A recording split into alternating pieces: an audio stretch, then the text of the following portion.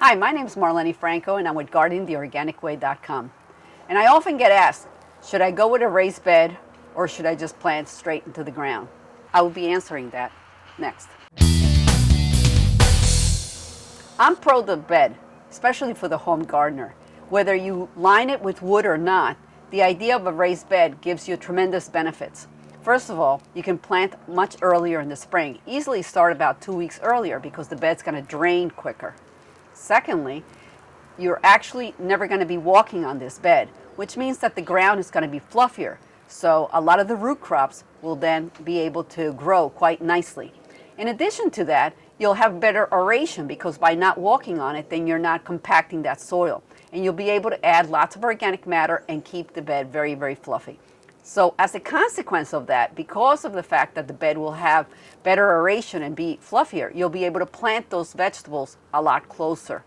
And as a result of that, you'll get a higher production on a raised bed than you will on a regular flat ground. And there's been plenty of research to back what I'm saying.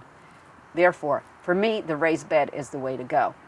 Another thing is that as the population get older, like myself, we actually want to be able not to have to bend down and break our back turning around and weeding a particular garden. To weed a raised bed, it's so much easier. Plus, if you apply a lot of straw mulch or any other kind of mulch to actually keep the weeds down, it will take you literally on a bed that's 20 feet by 4 or 5 feet wide, maybe 5 to 10 minutes to weed during any given season once a week. I think I like that idea a lot. The best mulch that I like to use is just straw, just a couple of inches of straw, and I think it works quite well. If you use straw sometimes on a non-raised bed, you're more likely to get a lot of slugs. I haven't seen that problem because of the raised bed, and I do use raised beds that are about 2 feet high versus the 1 foot. Oh, one more thing that I find that's really important about the raised bed, and it's the fact that you allow the microorganisms in the soil to breathe.